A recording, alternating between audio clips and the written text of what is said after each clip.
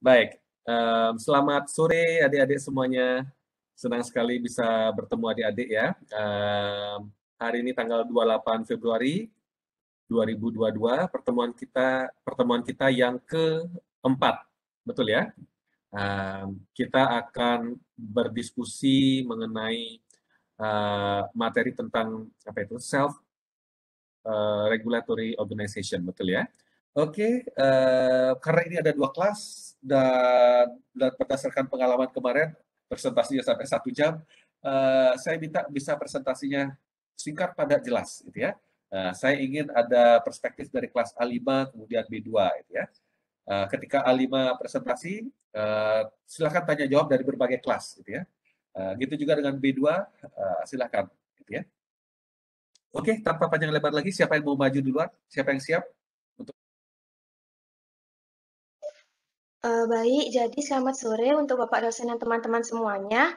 Terima kasih atas kesempatan yang telah diberikan kepada kami dari kelompok 3, yang dimana pada hari ini kami akan mempresentasikan materi mengenai Self-Regulatory Organization atau SRO. Namun sebelumnya, izinkan saya untuk memperkenalkan anggota dari kelompok 3. Yang pertama ada saya sendiri, Reza Angelina dengan absen 13, kemudian Ana Agung Istri Agung Mahadewi dengan absen 14, Dwi Kusuma Jaya dengan absen 15, Tiara Pusparini dengan absen 16, Rupa Agustina dengan absen 17, dan Rizka Dewi dengan absen 18. Next.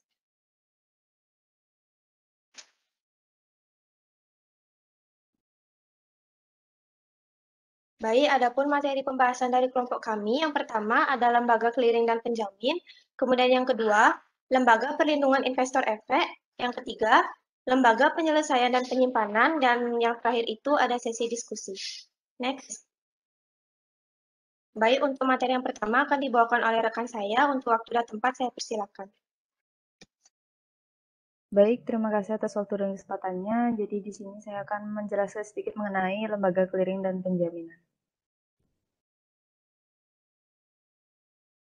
Jadi di sini apa sih itu lembaga clearing dan penjaminan? Jadi lembaga ini merupakan pihak yang menyelenggarakan jasa clearing dan penjaminan penyelesaian transaksi bursa. Nah, di Indonesia sendiri lembaga ini didirikan dengan nama KPEI atau PT Clearing dan Penjaminan Efek Indonesia, yang dimana KPEI ini bertujuan sebagai salah satu sub-regulatory organization atau SRO di bawah pengawasan otoritas jasa keuangan, yang diberi kewenangan untuk membuat dan menerapkan peraturan terkait fungsi sebagai LKP Pasar Modal Indonesia. Nah, di sini terdapat ruang lingkup KPI, yaitu yang pertama, ruang lingkup clearing, di mana melaksanakan kegiatan clearing atas semua transaksi bursa untuk produk ekuitas, derivatif, dan obligasi pada Bursa Efek Indonesia, dan melaksanakan proses penentuan hak dan kewajiban anggota clearing yang timbul di transaksi bursa. Dan kedua, itu ruang lingkup mengenai kegiatan penjaminan, di mana melaksanakan penjaminan penyelesaian transaksi bursa untuk produk ekuitas dan derivatif, serta memberikan kepastian dipenuhinya hak dan kewajiban bagi anggota clearing yang timbul dari transaksi bursa. Untuk materi selanjutnya akan dijelaskan oleh rekan saya. Terima kasih. Baik, saya akan melanjutkan presentasi mengenai layanan atau proses dari Clearing Penjaminan Efek Indonesia. Ada 3 layanan yang diberikan oleh Clearing Penjaminan Efek Indonesia. Yang pertama yaitu clearing dan penyelesaian transaksi equity, yang menggunakan metode pendekatan netting dengan inovasi dalam melakukan clearing transaksi bursa untuk produk equity. Clearing secara netting dengan inovasi diterapkan bagi seluruh transaksi bursa yang terjadi di setiap segmen pasar, yaitu pada pasar reguler, pasar segera, dan pasar tunai. Solusi dari KPI ini untuk menangani proses clearing dan penyelesaian transaksi bursa untuk produk equity adalah dengan menggunakan sistem e-clears, di mana sistem berbasis web tersebut dibangun untuk meningkatkan akurasi, kecepatan, dan keamanan proses clearing dan penyelesaian transaksi bursa. Seluruh kegiatan clearing yang meliputi validasi transaksi bursa, netting, position, hingga proses reporting dilakukan melalui sistem e-clear tersebut. Layanan yang kedua yaitu clearing dan penyelesaian transaksi derivatif, di mana produk derivatif bursa yang proses clearing dan penyelesaian transaksinya ditangani oleh KPI tersebut, di antaranya kontrak berjangka indeks efek dan kontrak opsi saham yang ditransaksikan di Bursa Efek Indonesia. KPI ini melakukan proses clearing secara netting baik untuk instrumen kontrak berjangka indeks efek maupun instrumen kontrak opsi saham.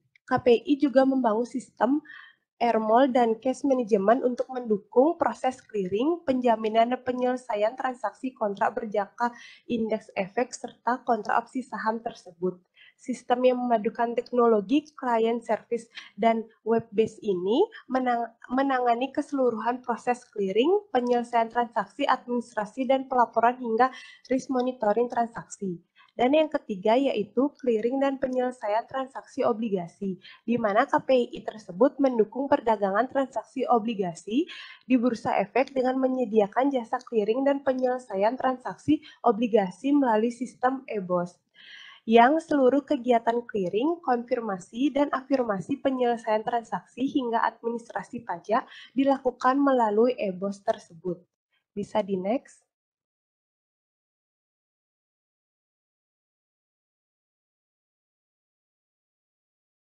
Kemudian yaitu fungsi penjaminan KPI. Dalam fungsi penjaminan, KPI bertindak sebagai mitra pengimbang atau lawan bagi seluruh anggota clearing yang bertransaksi di bursa. Hal tersebut dimungkinkan dengan clearing secara netting dengan novasi sehingga masing-masing anggota clearing hanya berhubungan dengan KPI dalam penyelesaian transaksi bursanya. Dengan demikian, risiko dari masing-masing anggota clearing diserap oleh KPI sehingga tidak menimbulkan gangguan lebih jauh terhadap pasar. Melalui sistem e-clear tersebut, KPI mengendalikan risiko-risiko yang berpotensi mengakibatkan kegagalan transaksi bursa, di mana terdapat kegiatan pengendalian risiko tersebut yang meliputi pemantauan profil risiko keanggotaan, pemantauan modal kerja bersih disesuaikan atau MKBD, penilaian dan pemantauan argumen, penentuan dan pemantauan pembatasan perdagangan atau trading limit, dan pengelolaan dana jaminan. Baik, presentasi selanjutnya akan dilanjutkan oleh rekan saya. Baik, terima kasih atas waktunya. Di sini saya akan melanjutkan presentasi, yaitu materi kedua mengenai Lembaga Perlindungan Investor Efek. Next.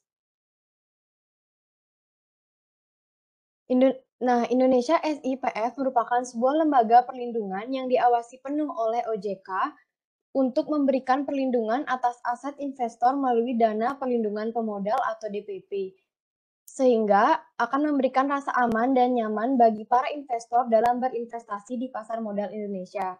Perlindungan atas aset investor ini diperlukan karena adanya ketergantungan kepada perusahaan efek yang bertindak untuk kepentingannya dalam berinvestasi.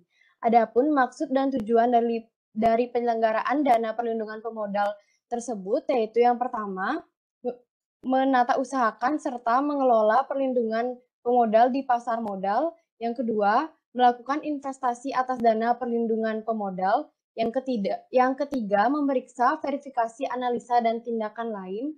Yang keempat, menerima tambahan dana atau memungut biaya. Yang kelima, melakukan tindakan untuk pengembalian dana atau recovery. Dan yang keenam, melakukan kegiatan pendukung lainnya yang berkaitan dengan maksud dan tujuan di atas. Next. Kemudian yang kedua yaitu fungsi SIPF, di mana terdapat 3 fungsi utama, yaitu fungsi investasi, fungsi pembukuan dan keuangan, serta fungsi audit dan kepatuhan. Di mana fungsi investasi ini terdiri dari menyusun rencana, mengawasi perkembangan dan melakukan sektor investasi. Kemudian yang kedua dalam fungsi pembukuan dan keuangan terdiri dari pencatatan laporan keuangan, perbendaharaan, RKAT, dan rekonsiliasi. Kemudian pada fungsi audit dan kepatuhan terdiri dari memastikan kepatuhan, memproses pengaduan, dan memastikan kepemilikan. akses. Next. Selanjutnya, mengenai dana perlindungan pemodal. Dana perlindungan pemodal adalah kumpulan dana yang dibentuk untuk melindungi pemodal dari hilangnya aset pemodal. Nah, pemodal adalah nasabah dari perantara perdagangan efek atau PPE yang mengadministrasikan rekening efek nasabah dan bank kustodian. Aset pemodal adalah efek dan harta lain yang berkaitan dengan efek dan atau dana milik pemodal yang dititipkan pada kustodian.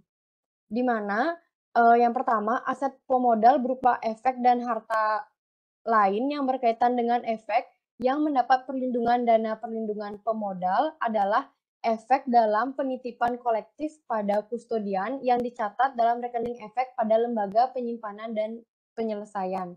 Kemudian yang kedua, aset pemodal berupa dana yang mendapat perlindungan dana perlindungan pemodal adalah dana yang dititipkan pada kustodian yang dibukakan rekening dana nasabah pada bank atas nama masing-masing pemodal. Next.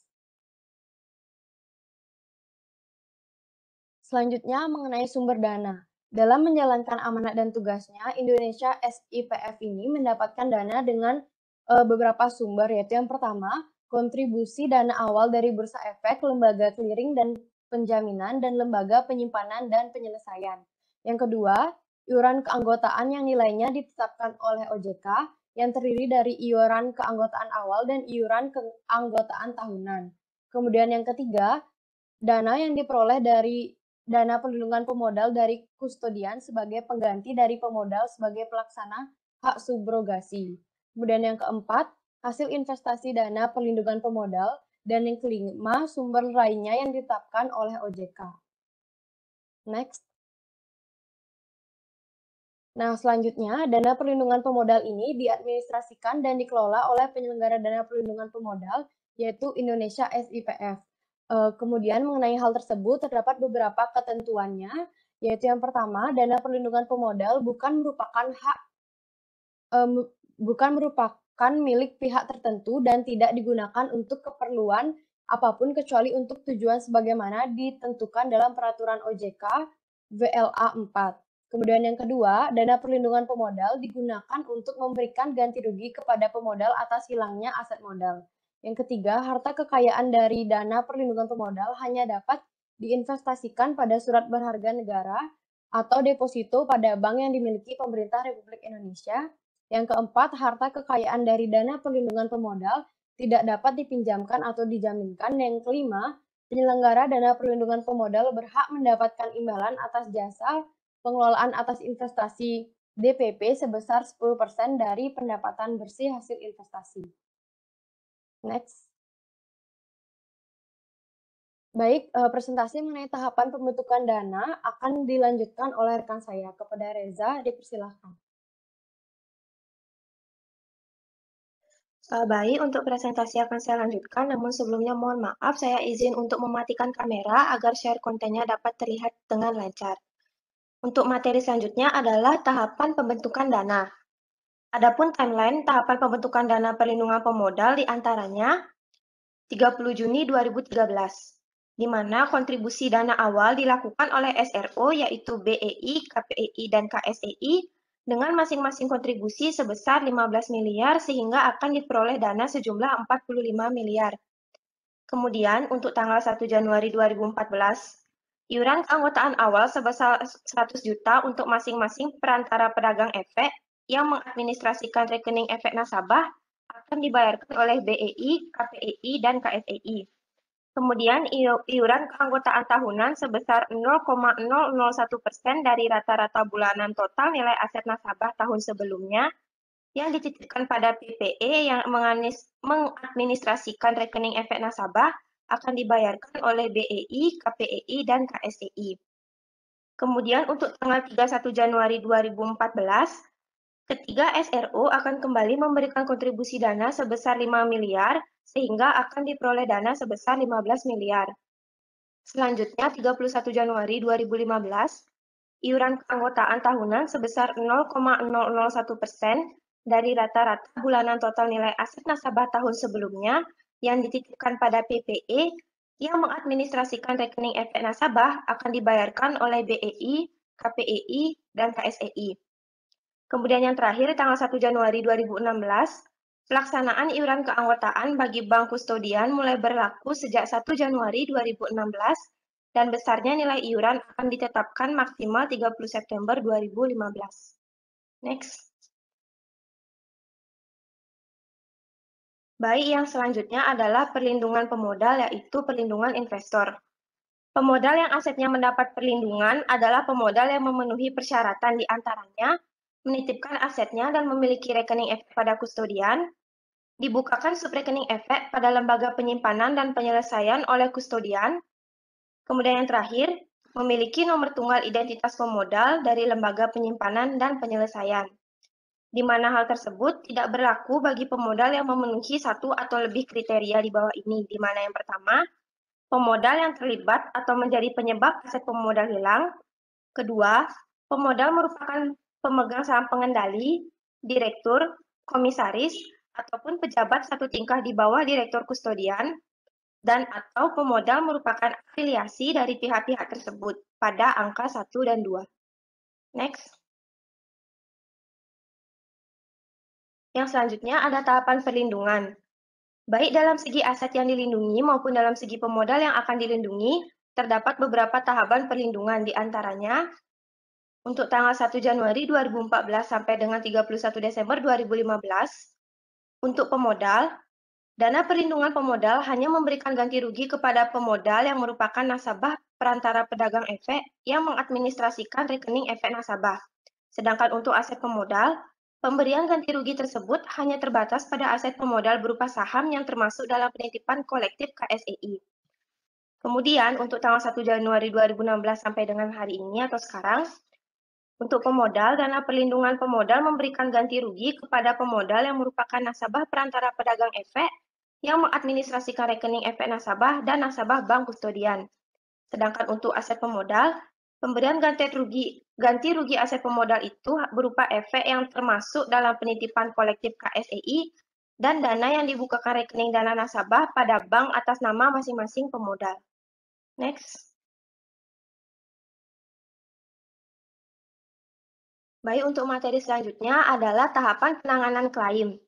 Penyelenggara dana perlindungan pemodal melakukan kegiatan penanganan klaim pemodal yang kehilangan asetnya setelah OJK menyatakan terdapat kondisi yang pertama, terdapat kehilangan aset pemodal. Kedua, kustodian tidak memiliki kemampuan untuk mengembalikan aset pemodal yang hilang. Ketiga, bagi kustodian berupa perantara pedagang efek yang mengadministrasikan efek dinyatakan tidak dapat melanjutkan kegiatan usahanya dan dipertimbangkan izin usahanya dicabut oleh OJK, atau bagi bank kustodian dinyatakan tidak dapat melanjutkan kegiatan usahanya sebagai bank kustodian dan dipertimbangkan persetujuan bank umum sebagai kustodian dicabut oleh OJK. Next. Dalam waktu paling lambat 3 hari kerja setelah menerima penetapan dari OJK, Direksi Penyelenggara Dana Perlindungan Pemodal wajib untuk, yang pertama, mengumumkan ke masyarakat melalui surat kabar atau media lainnya apabila terjadi peristiwa dimaksud di atas dan mengundang pemodal terkait agar menyampaikan klaim kepada penyelenggara dana perlindungan pemodal dalam waktu tidak lebih dari 30 hari kerja sejak pengumuman dilakukan. Yang kedua, mengusulkan pembentukan komite klaim pada OJK, serta yang terakhir membentuk tim verifikasi klaim. Next. Selanjutnya adalah ganti rugi kepada pemodal.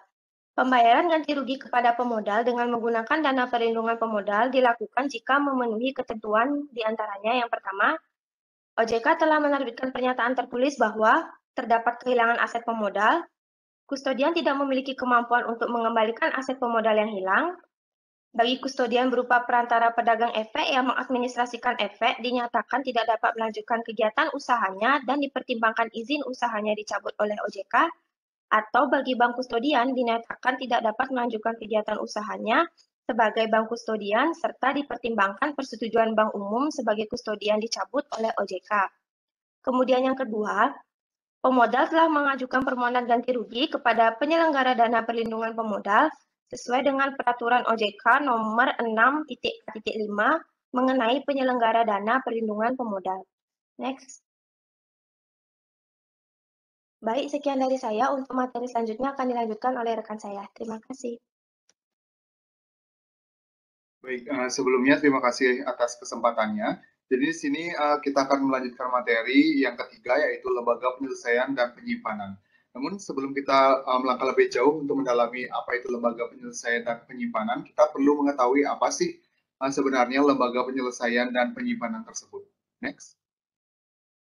Nah, jadi lembaga penyelesaian dan penyimpanan itu merupakan pihak yang menyelenggarakan kegiatan kustodian sentral bagi bank kustodian, perusahaan efek, dan pihak lainnya. Nah, saat ini fungsi lembaga penyimpanan dan penyelesaian ini dilakukan oleh PT Kustodian Sentral Efek Indonesia atau yang sering disingkat dengan PT KSEI. Next. Nah, PT Kustodian Sentral Efek Indonesia atau KSEI ini merupakan lembaga penyimpanan dan penyelesaian atau LPP di pasar modal Indonesia yang menyediakan layanan jasa kustodian sentral dan penyelesaian transaksi efek yang teratur, wajar, dan efisien sesuai dengan amanat Undang-Undang Nomor 8 Tahun 1995 tentang pasar modal.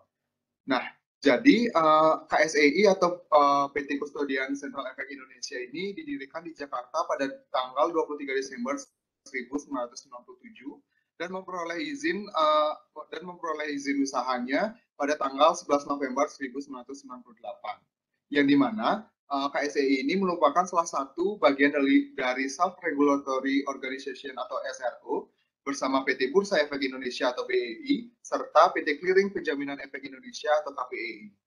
Nah, KSEI ini atau Kustodian Sentral Efek Indonesia ini mulai menjalankan kegiatan operasionalnya dengan penyelesaian transaksi efek dengan wakaf pada tanggal 9 Januari 1998, yang dimana mengambil alih fungsi sejenis dari PT Clearing Depository Efek Indonesia atau KDEI sebagai lembaga clearing penyimpanan dan penyelesaian atau LKPP.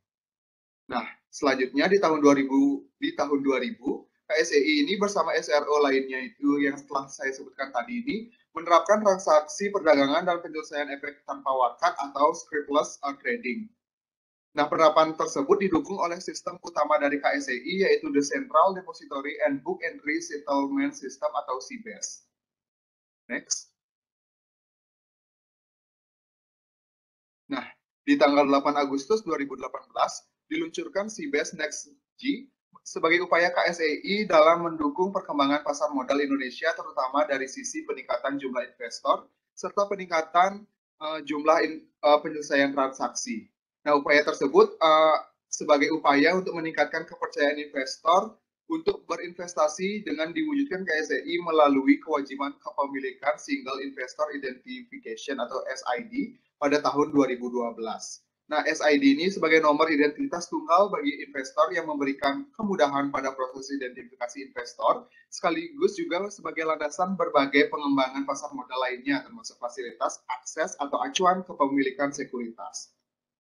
Nah, di tahun 2016 ini, KSEI telah mengimplementasikan sistem pengelolaan investasi terpadunya atau disingkat S-Invest, sehingga pasar modal Indonesia ini memiliki platform yang terintegrasi untuk industri pengelolaan investasi.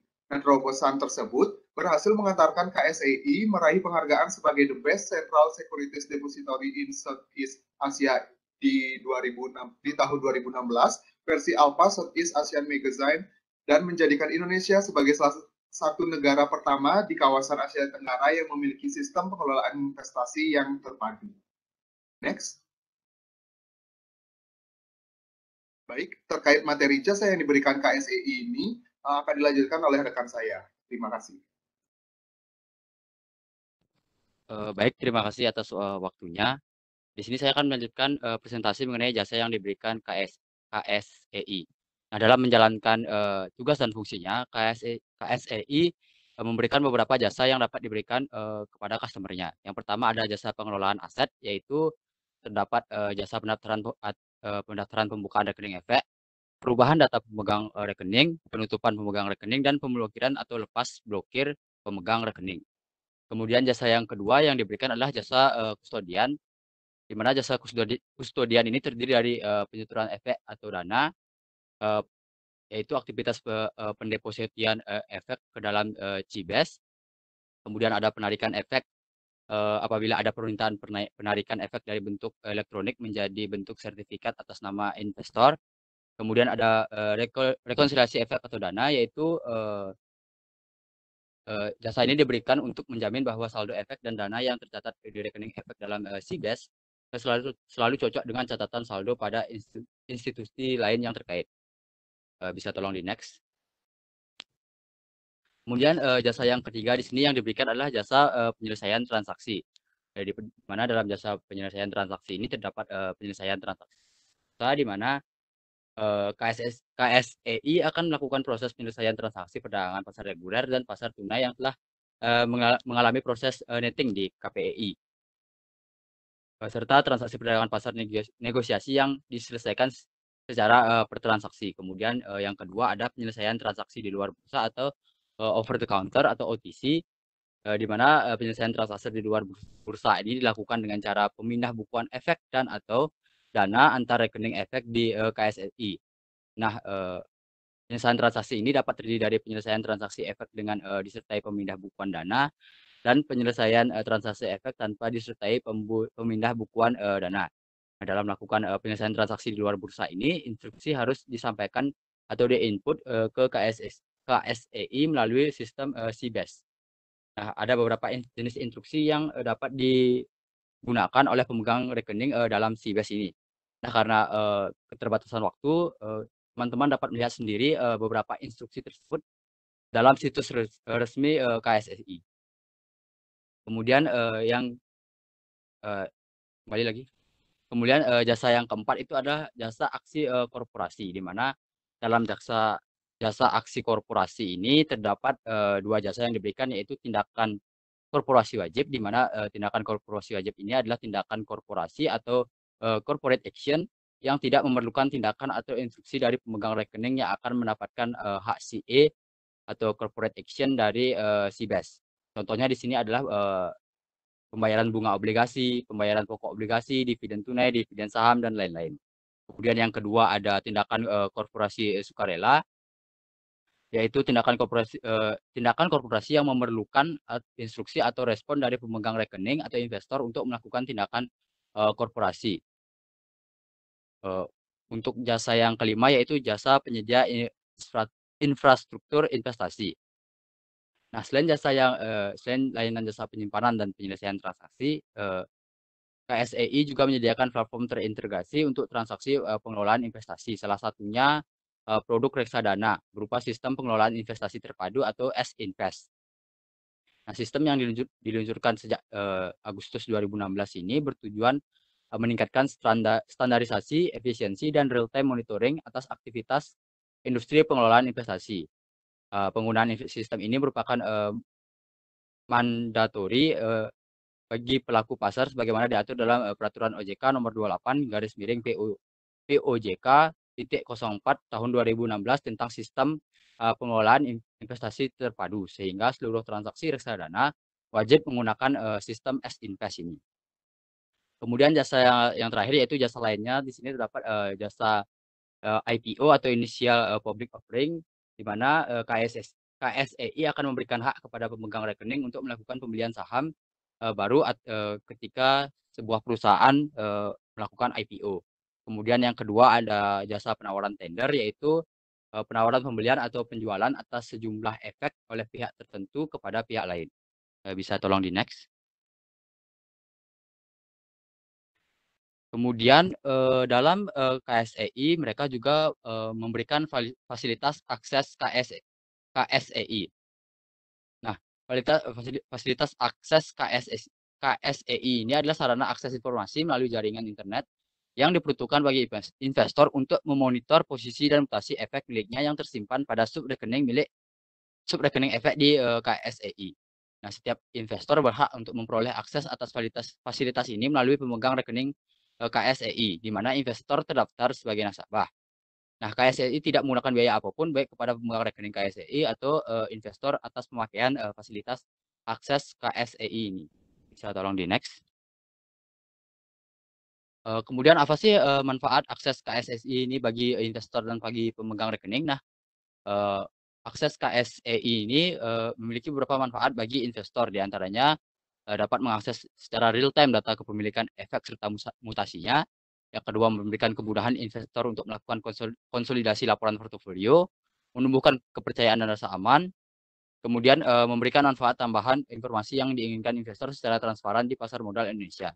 Kemudian manfaat akses KSEI sendiri bagi pemegang rekening adalah memberikan informasi yang dapat dipertanggungjawabkan kebenarannya, kemudian sebagai sarana komunikasi dalam penyampaian dan penyajian informasi, mengurangi biaya komunikasi, biaya cetak, dan biaya pengiriman laporan, kemudian terbuka pengembangan lebih lanjut dan lebih spesifik sesuai dengan kebutuhan pemegang rekening. Bisa tolong di next.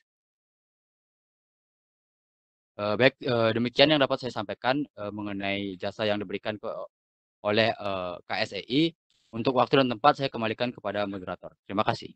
Terima kasih kelompok 3 dari kelas B2. Saya buka sesi diskusi ya. Dari kelompok A5, dari kelas A5 bisa juga bertanya ke presenter yang dari B2, silahkan. Oh, saya kira ini ada di kolom chat, bisa nanti sama-sama dilihat ya. Ada yang bertanya di chatnya. Silahkan diakomodasi. Izin bertanya, Bapak. Ya, langsung ke kelompok 3 ya. Saya catat juga. Silahkan diskusikan ya. Baik, perkenalkan saya Anissa Firdawati Amara dengan absen 33 dari kelas B2. Izin bertanya, apakah SRO dapat bekerja sama dengan lembaga sejenis PT KSEI di luar negeri? Sekian, terima kasih. Baik, terima kasih Anissa. Pertanyaannya bisa kami terima. Untuk teman-teman yang lain, apabila masih ada yang ingin bertanya, dipersilahkan. Izin bertanya. Baik, silahkan. Sebelumnya dijelaskan bahwa KPI memiliki fungsi penjamin dalam transaksi bursa. Pertanyaan saya, apakah saham-saham yang sering masuk unusual market activity masih tetap akan dijamin oleh KPI tersebut, mengingat saham-saham tersebut dapat dinilai berisiko? Mungkin sekian, terima kasih. Mohon maaf sebelumnya untuk yang bertanya terakhir belum menyebutkan nama. Mohon maaf, perkenalkan nama saya Idea Janti Kusumawardani dengan 3 digit NIM terakhir 267. Terima kasih. Baik Bapak, saya mohon izin menjawab pertanyaan dari Gonggale. Saya bacakan mungkin Pak karena pertanyaannya di kolom chat. Namanya Nagung Putu Gale Widari, NIM 3 digit NIM terakhir 004. Pertanyaannya, tadi dikatakan jika KSEI dapat melakukan pemblokiran atau mencabut blokir atas rekening efek milik pemegang rekening tertentu. Pertanyaan saya, apa alasan-alasan rekening tersebut dilakukan pemblokiran? Nah, saya sempat membaca Pak di web KSEI itu, KSEI melakukan pemblokiran dikarenakan terdapat instruksi atau perintah tertulis dari OJK berdasarkan permintaan tertulis dari Kepala Kepolisian Daerah, Kepala Kejaksaan Tinggi, atau Ketua Pengadilan Tinggi untuk kepentingan peradilan dalam perkara perdata atau pidana, di mana yang dimaksud dengan kepentingan peradilan itu misalnya pemblokiran akun dilakukan dalam rangka pemeriksaan kasus penggelapan dugaan korupsi. Sebagai contoh, pada Januari 2020, KSEI memblokir sejumlah rekening efek investor atas permintaan Kejaksaan Agung, di mana pemblokiran rekening efek tersebut dilakukan dalam rangka pemeriksaan Kejaksaan Agung terhadap dugaan kasus korupsi PT Asuransi Jiwasraya. Mungkin sekian yang dapat saya sampaikan dari teman-teman atau Bapak. Jika ada tambahan dipersilahkan. Terima kasih. Ya, bagus sekali responsnya ya, clear. Jadi memang ini bukan kasus yang sering terjadi, tapi memang pernah terjadi itu ya. Seperti yang tadi disampaikan bahwa KSEI itu berhak melakukan pemblokiran. Nanti kalau sudah clear persoalannya bisa juga dibuka kembali blokirannya. Salah satu kasusnya adalah jika ada aparat penegak hukum yang membutuhkan apa namanya itu dilakukannya penyelidikan lebih lanjut, maka itu dibekukan ya, diblokir supaya juga tidak dimanfaatkan lebih lanjut itu ya. Misalkan untuk menampung uang hasil korupsi, kemudian money laundering dan sebagainya ya. Jadi seperti yang disampaikan oleh dari kelompok B2 ya, responnya saya sependapat ya. Iya.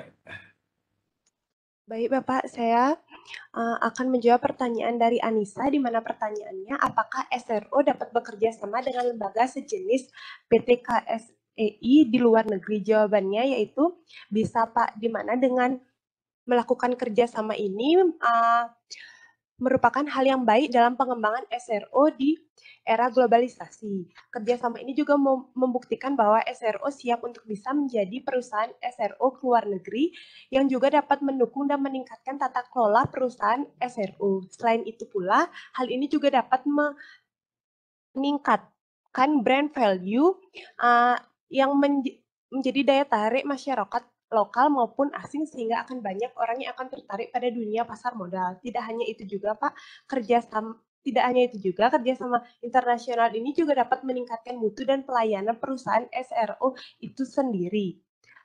Jadi menurut kelompok kami, SRO dapat bekerja sama dengan lembaga sejenis PT KSI yang ada di luar negeri. Baik, sekian, terima kasih. Ya, betul sekali. Jadi terbuka peluang bagi SRO di Indonesia yang tadi disebutkan lembaga-lembaganya bekerja sama dengan SRO sejenis di luar negeri.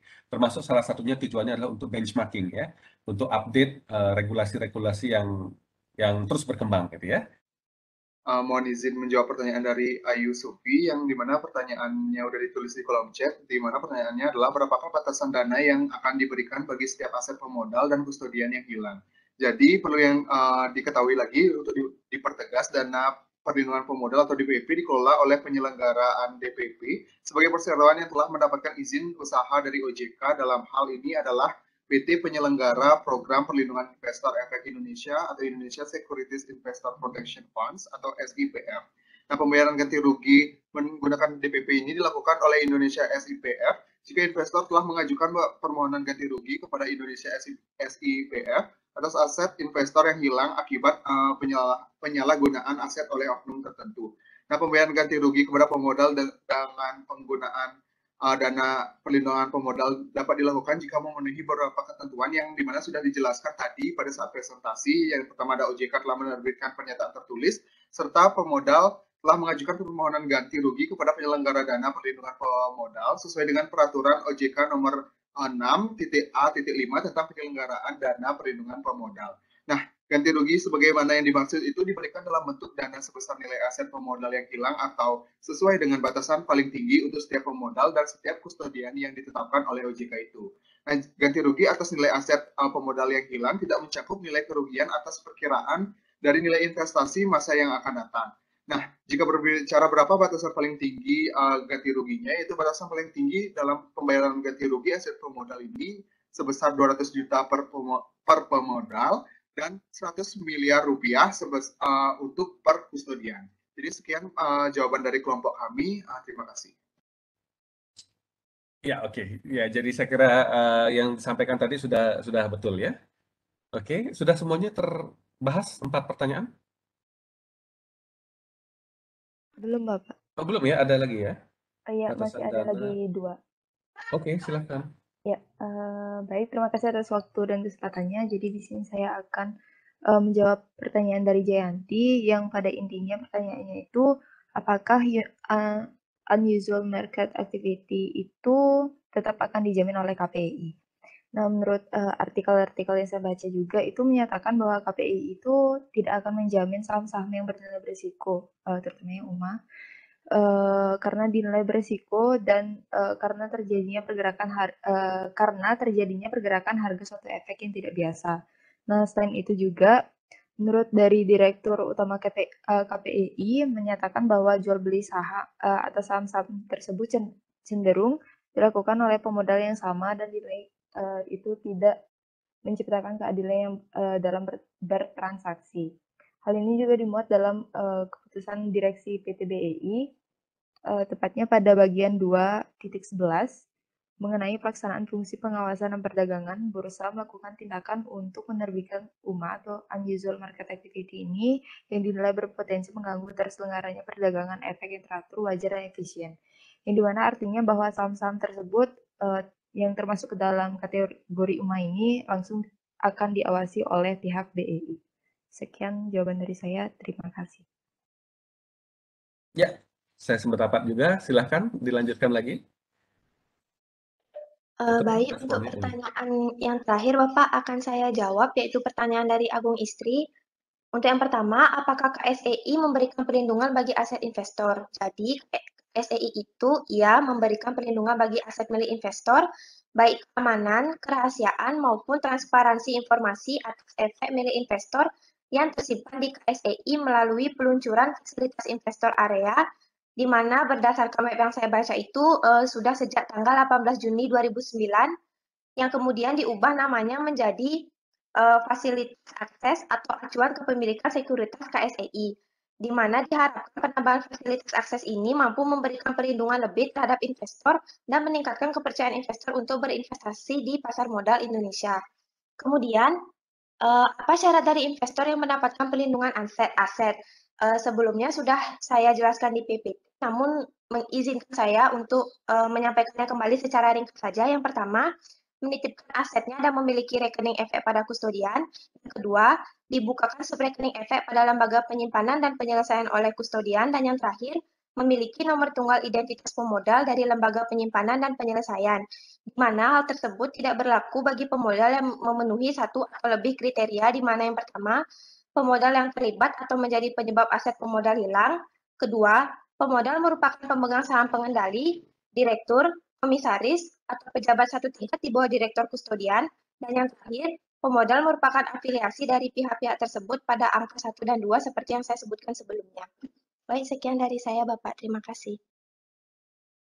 Ya, jawabannya sudah komprehensif sekali ya.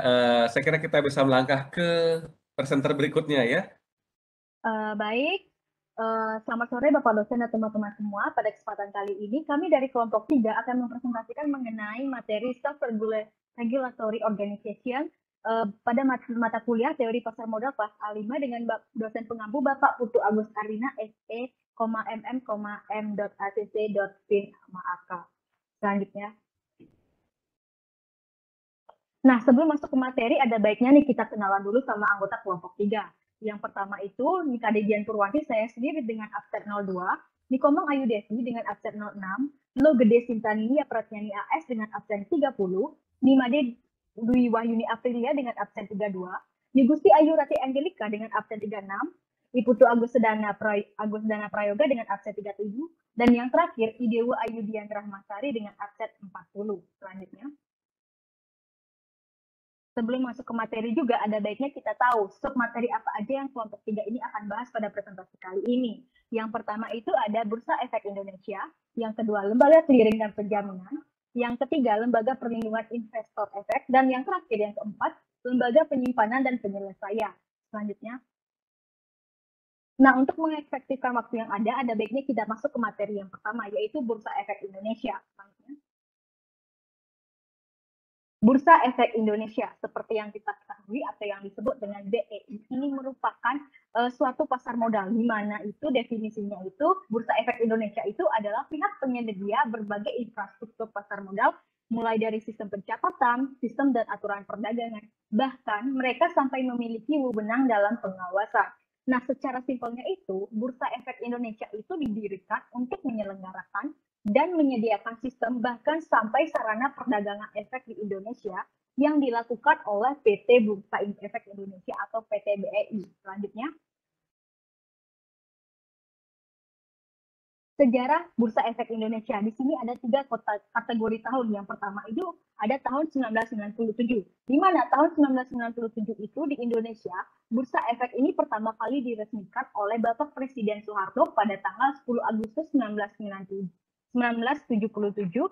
yang mana dengan dibukanya Bursa Efek Jakarta yang dijalankan di bawah Bappepan atau Badan Pelaksanaan Pasar Modal dengan PT Semen Cibonang sebagai emiten yang pertama. Lalu selanjutnya ada tahun 1989, di mana pada tahun ini itu pemerintah kembali membuka pasar modal lainnya, yaitu Bursa Efek Surabaya yang berlokasi di Surabaya, Indonesia.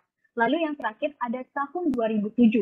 Nah, di mana yang tahun 2007 ini terjadi penggabungan antara 2 bursa efek yang ada di Indonesia, yaitu Bursa Efek Jakarta dan Bursa Efek Surabaya. Nah, penggabungan ini dilakukan untuk menciptakan bursa yang lebih besar di kancah regional. Selanjutnya.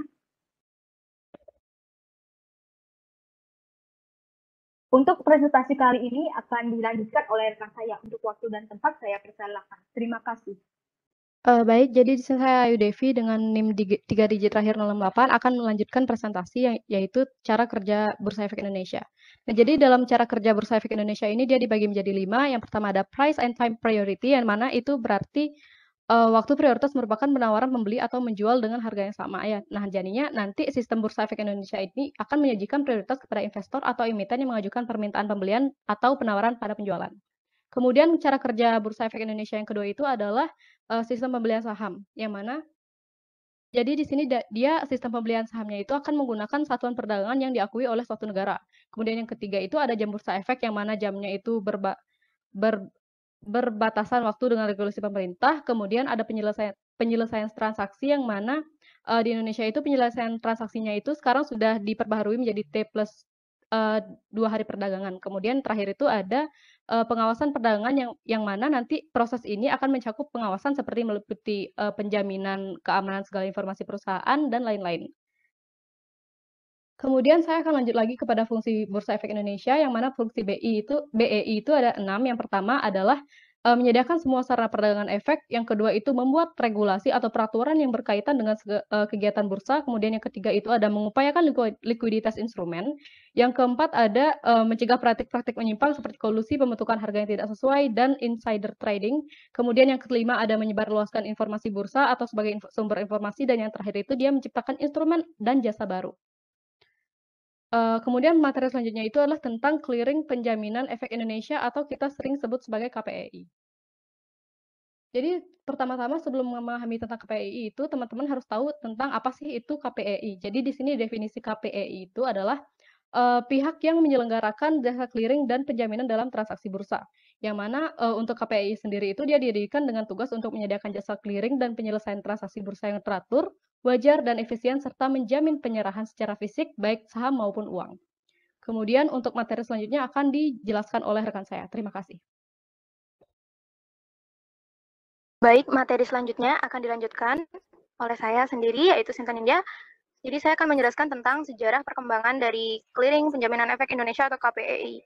KPEI ini sendiri didirikan sebagai perseroan terbatas berdasarkan Akta Pendirian nomor 8 tanggal 5 Agustus 1996 di Jakarta oleh PT Bursa Efek Indonesia dan PT Bursa Efek Surabaya dengan kepemilikan masing-masing 90% dan 10% dari total saham pendiri senilai 15 miliar. Memperoleh status sebagai badan hukum pada tanggal 24 September 1996 dengan pengesahan Menteri Kehakiman Republik Indonesia. Dan pada tanggal 1 Juni 1998, perseroan mendapat izin usaha sebagai lembaga clearing dan penjaminan berdasarkan surat keputusan BAPEPAM nomor Cap 26/PM/1998. Pada tahun 2000, dengan diterapkannya stripless trading atau perdagangan tanpa wakat, KPEI sebagai lembaga clearing dan penjaminan meluncurkan e-Clears pada Juli tahun 2000. Next.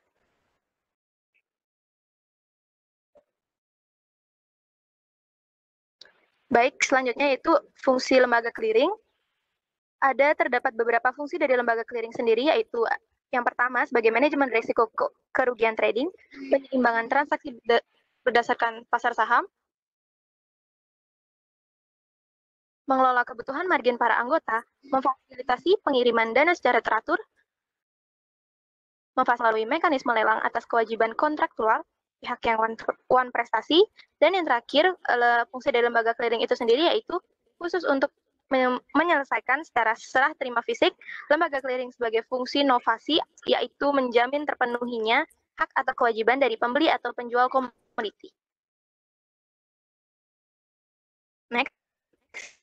Baik, saya akan melanjutkan presentasi dari rekan saya, yaitu peran KPEI. Lembaga clearing masuk dalam perdagangan ketika transaksi terjadi di bursa, tepatnya mengambil peran di antara penjual dan pembeli untuk memastikan bahwa kedua pihak memenuhi kewajiban masing-masing.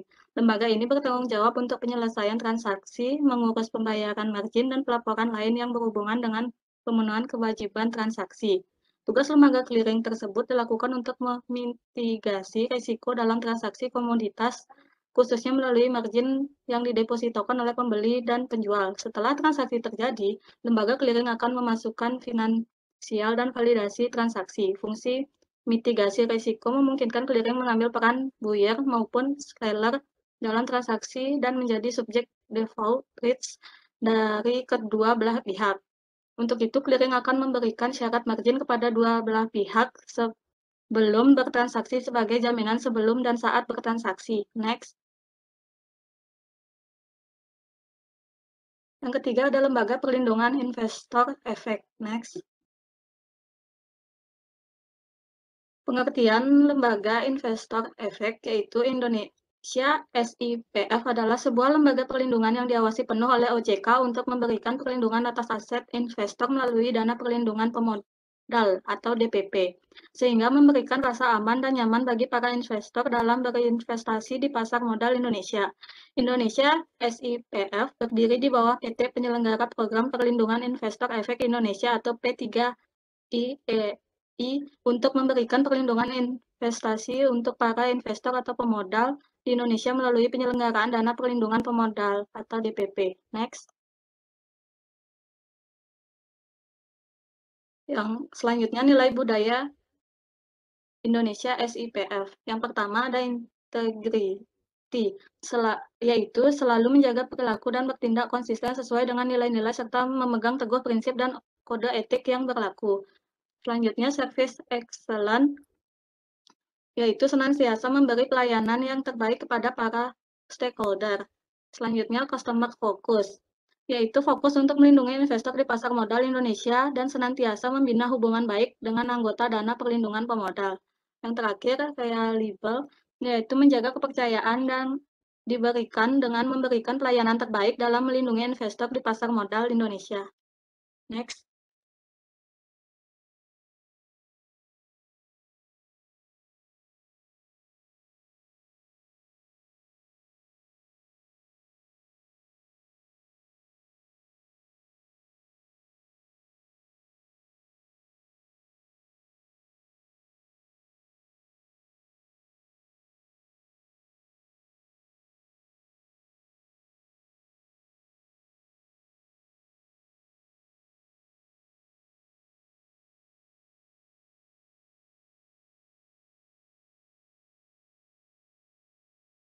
Kenapa pause?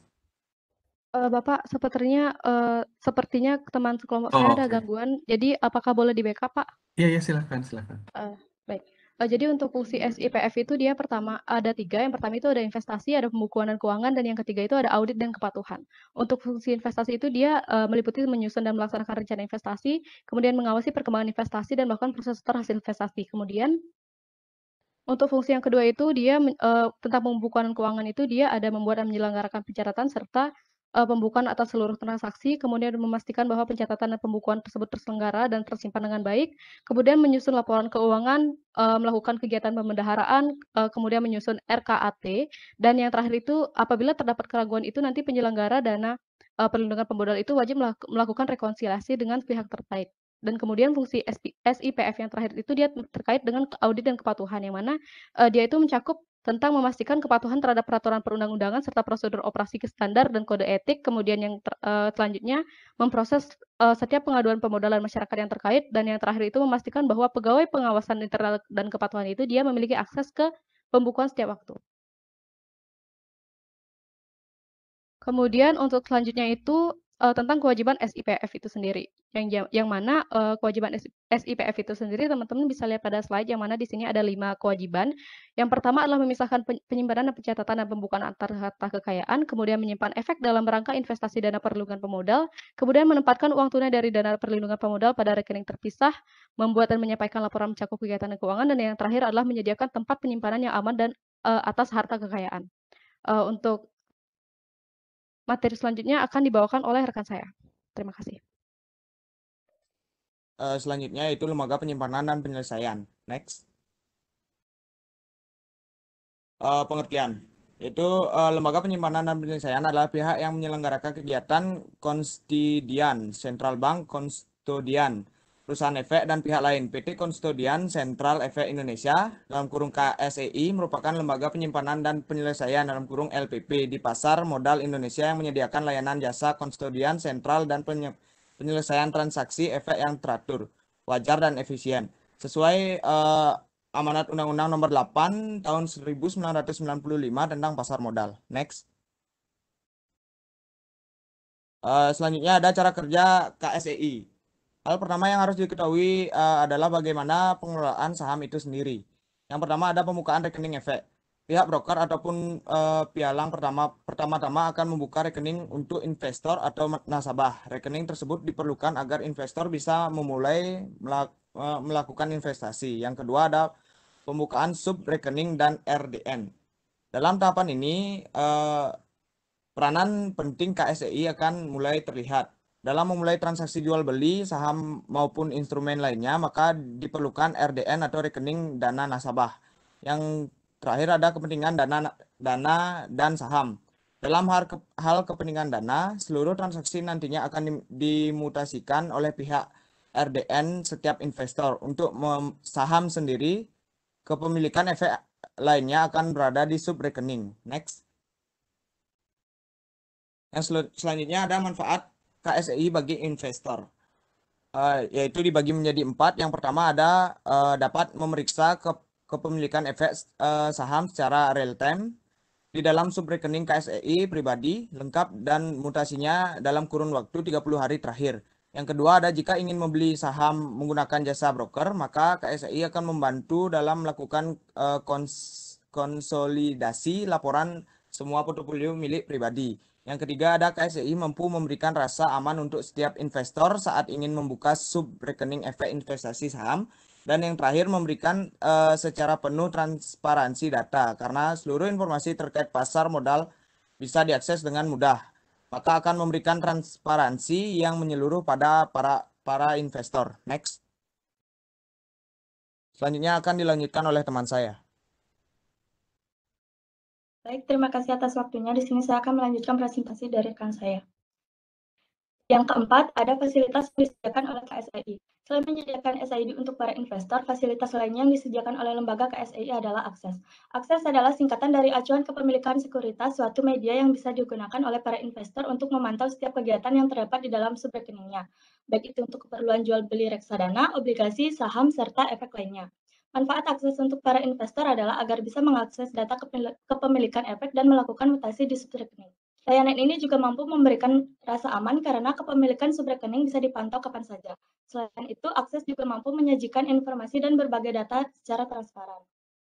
Next. Yang terakhir, ada jasa lainnya yang diberikan oleh KSEI. Selain bertugas dalam menyediakan jasa kepada kustodian, sentral, dan efek, KSEI juga mempunyai tugas lain diantaranya sebagai berikut. Yang pertama, membuka SRE atau subrekening efek yang dilakukan dengan atas nama investor. Yang kedua, membuka rekening bersama atau rekening escrow. Yang ketiga, menyelesaikan transaksi yang terjadi di dalam pasar sekunder. Yang keempat, mengirim dan menerbitkan sebuah konfirmasi dalam kurun waktu bulan terkait kepemilikan suatu efek. Dan yang terakhir, melakukan rekonsiliasi atas suatu efek dan dana, serta membagikan dividen perusahaan kepada para investor. Next. Baik, sekian presentasi dari kelompok kami. Saya kembalikan waktu dan tempat kepada moderator. Terima kasih. Ya, langsung saja ya. Jika ada yang ingin bertanya, silahkan disampaikan ke kelompok 3 kelas A5 ya. Silahkan. Mohon maaf Pak, apakah bisa di stop sharing? Ya, boleh, silahkan.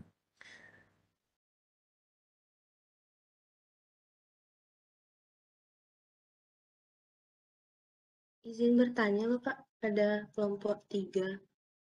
Ya, silahkan disampaikan. Ya. Jadi perkenalkan, nama saya Erika Ramawati dengan 3 digit NIM terakhir 182 dari kelas A5. Saya ingin bertanya, nah ketika seorang membuka rekening efek itu kan biasanya mendapatkan Single Investor Identification atau SID. Nah, SID ini merupakan kode tunggal dan khusus yang diterbitkan oleh PT Kustodian Sentral Efek Indonesia atau KSEI sebagai identitas investor. Nah, pertanyaan saya itu apa saja sih manfaat yang diberikan oleh SID ini dan apakah ada kendala dalam penerapan SID ketika kita bertransaksi di dalam pasar modal? Sekian. Terima kasih sebelumnya. Ya, silakan. Ada lagi yang mau bertanya pada kelompok 3, kelas A5?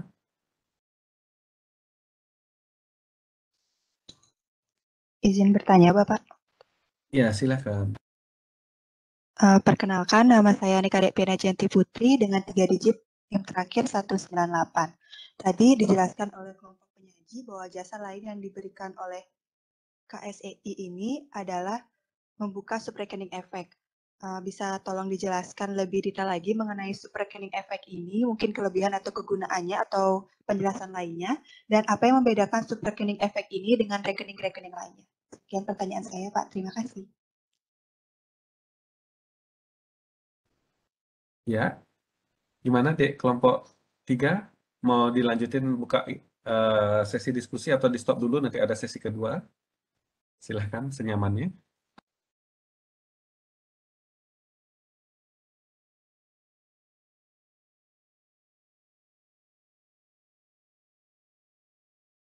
Baik Pak, kalau misalnya langsung jawab dulu nggak apa-apa nggak Pak?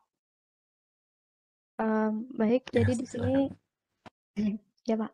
Jadi di sini saya Ayu Devi absen NIM 068 3 digit terakhirnya izin menjawab untuk pertanyaan dari Erika Rahmawati. Nah, jadi pertanyaannya tadi itu setelah dirangkum itu dia bertanya tentang pertanyaannya apa saja manfaat yang diberikan oleh SID dan apakah ada kendala dalam penerapan SID ketika kita bertransaksi di pasar modal. Jadi jawaban dari kelompok kami jadi yang pertama manfaat yang bisa diberikan oleh SID itu yang pertama menunjang pengembangan infrastruktur pasar modal yang terintegrasi, kemudian mempermudah proses identifikasi, pengawasan dan akses data peragam kepemilikan jenis investasi efek secara terkonsolidasi dan transparan. Kemudian jadi dia tuh bisa berfungsi sebagai nomor identitas tunggal investor yang memungkinkan investor mengakses seluruh aktivitas di pasar modal Indonesia. Kemudian SID itu juga bisa menjadi syarat utama dan bersifat mutlak bagi investor yang ingin bertransaksi saham baik jual maupun beli. Kemudian SID itu juga terintegrasi dengan perbankan sehingga memungkinkan investor itu untuk melakukan pengecekan kekayaan melalui bank yang menyediakan jasa rekening dana investor atau RDI. Kemudian kendala yang terjadi itu biasanya pemberian nomor SID itu kan kepada setiap investor itu merupakan langkah yang tepat kan untuk mendata jumlah dan aktivitas investor di pasar modal secara akurat. Namun pelaksanaannya itu hingga kini masih belum optimal soalnya SID itu dalam bentuk kartu hanya diberikan kepada investor yang bermain saham saja. Kemudian dalam regulasi transaksi saham investor itu yang ingin bermain saham diwajibkan untuk memiliki nomor SID. Nah, apabila tidak ada SID itu investor baru atau investor saham baru itu dia nggak akan bisa membuka rekening saham. Padahal pembukaan rekening saham menjadi langkah pertama yang harus dilakukan saat bisa kita dibilang bermain saham. Kemudian kendala lain yang dihadapi adalah pendataan investor itu apabila menyangkut tentang investor reksadana itu adalah penjualan yang dilakukan itu tidak satu pintu. Artinya itu transaksi jual beli reksadana kalau misalnya kita bilang SI untuk reksadana itu tak hanya dilakukan langsung oleh manajer investasi tetapi juga oleh agen penjual seperti bank. Sehingga penjualan reksadana yang menggunakan yang maksudnya tadi menggunakan SID juga melalui bank itu jadinya menyulitkan manajer investasi yang berwenang untuk mengelola dana investasi yang mana tujuannya mengetahui jumlah investor yang berinvestasi. Soalnya laporan data yang diterima itu bukan atas nama investor, melainkan atas nama bank. Sekian jawaban dari saya. Apakah untuk penanya Erika Rahmawati bisa diterima?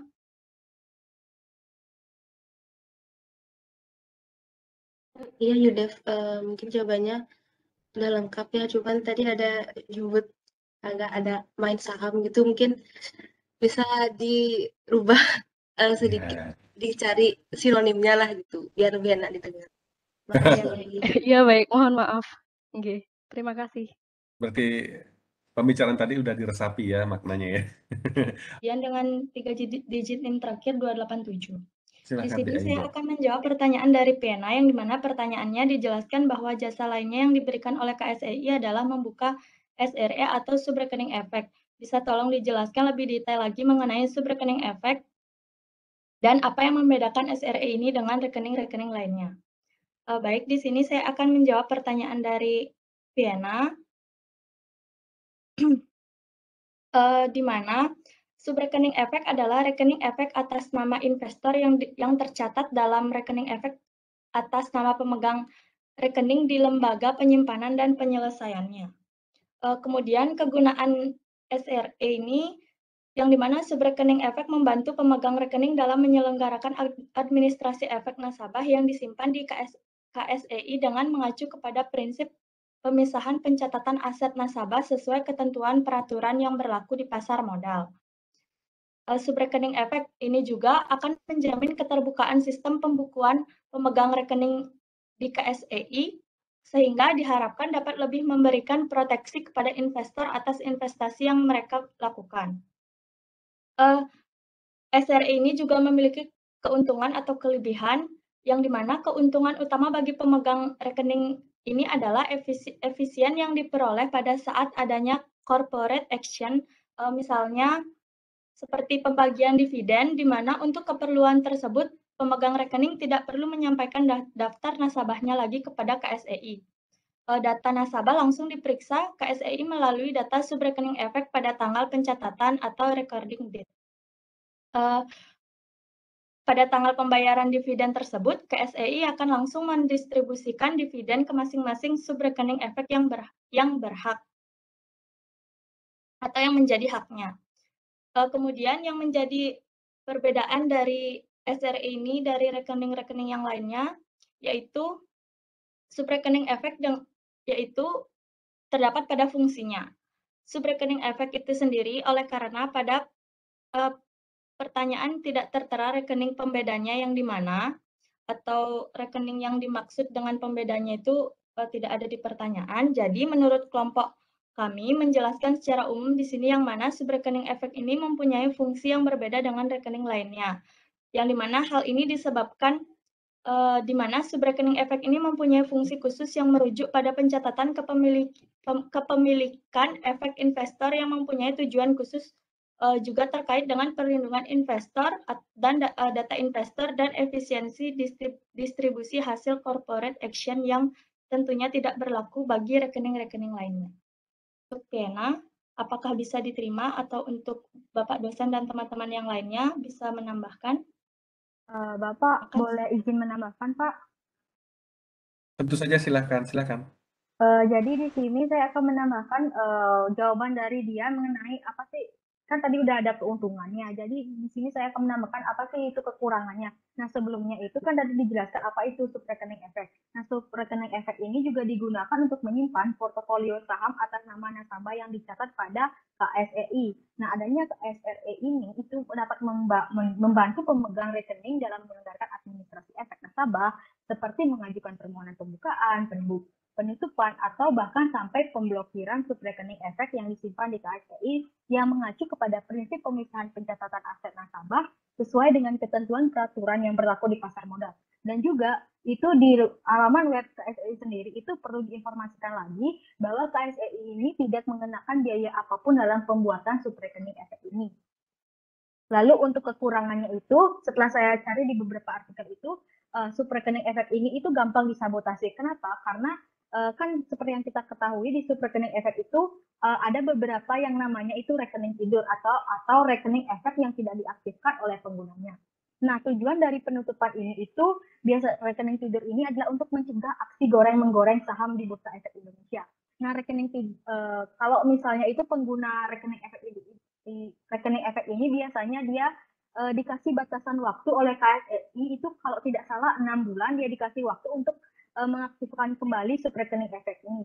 Namun apabila rekening ini tidak diaktifkan semasa evaluasi itu, masa tenggat 6 bulan ini, maka KSEI ini wajib atau bahkan dia akan langsung menutup rekening ini.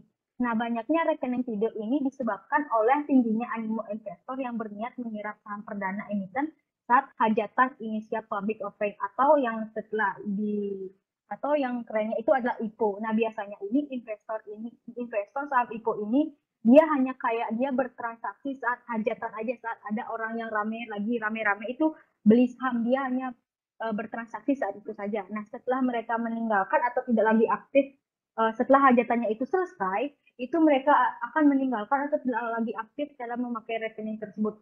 Dan itulah kenapa makanya itu KSEI ini memberikan waktu tenggat 6 bulan untuk mereka para investor itu untuk mengaktifkan subrekening efek ini. Terima kasih Bapak.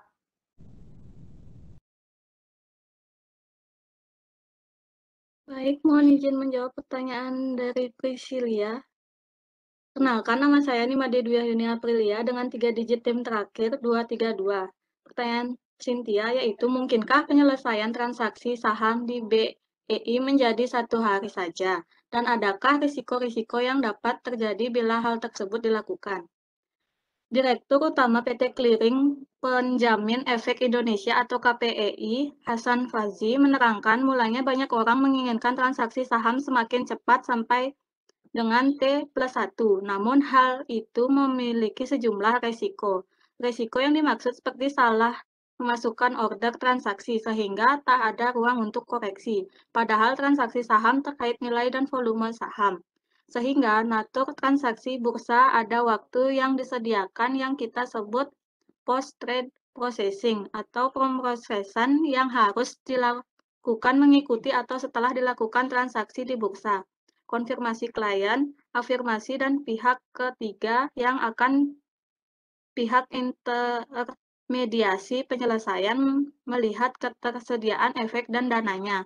Menyiapkan transfer untuk statementnya itu semua orang perlu waktu. Sebab itu mesti ada jeda untuk penyelesaian transaksi saham. Itulah kenapa T+2 kemungkinan nanti pada saat akan menjadi standar siklus penyelesaian transaksi secara global. Semua orang memikirnya menuju ke sana, bukan ke T1 atau real time gross settlement. T2 bukan kita tidak bisa T1, tapi memang kelihatannya sudah menjadi global konsensus untuk menjadi siklus penyelesaian transaksi bursa secara global. Sekian jawaban dari kelompok kami. Boleh menambahkan? Bagi teman-teman. Ya, kalau ada yang mau menambahkan, mohon maaf, silakan. Jadi di sini saya kayak menambahkan sedikit Pak. Jadi saya kayak condong ke masa depan sama masa sekarang. Nah kalau ditanya, itu kan pertanyaannya Cynthia itu, mungkinkah penyelesaian transaksi di BRI ini menjadi 1 hari saja atau adakah resiko yang dapat terjadi tersebut? Nah untuk resikonya itu ya benar, karena adanya mungkin ada kesalahan maksudnya order transaksi. Tapi kalau ditanya itu kita kan nggak tahu di masa yang depan ini bakal ada perubahan teknologi yang mungkin akan secanggih di masa sekarang. Nah mungkin aja itu saya bilang itu ini tergantung pada masanya. Mungkin aja di masa depan itu kita bisa menerapkan T+1 yang artinya itu penyelesaian di mana penyerahan efek oleh pihak penjual dan penyerahan oleh pihak bank pembeli itu dilakukan pada hari bursa pertama setelah terjadi transaksi. Bisa aja saat masa depan itu bisa melakukan T+1 karena adanya kecanggihan teknologi. Tapi kalau ditanya itu sekarang, itu sesuai dengan yang dikatakan sama Dwi itu mungkin nggak bisa karena teknologi yang sekarang itu cuma stuck di sana aja. Misalnya itu saya kasih beberapa contoh, itu ada beberapa negara yang menerapkan T+1. Contohnya aja saya ambil contoh itu Cina. Cina itu dia menerapkan T+1, tapi salah satu kendalanya itu di Cina itu dia cuma kayak transitnya itu cuma terbatas untuk investor domestik, jadi enggak untuk investor yang di luar negara itu dia nggak bisa untuk masuk T+1-nya itu. Jadi makanya kenapa T+1 ini masih kayak pro kontra di Indonesia. Terima kasih Bapak. Oke, sampai di sini saya kira kita cukupkan supaya adik bisa beristirahat ya, dan jika ingin sembahyang silahkan ya.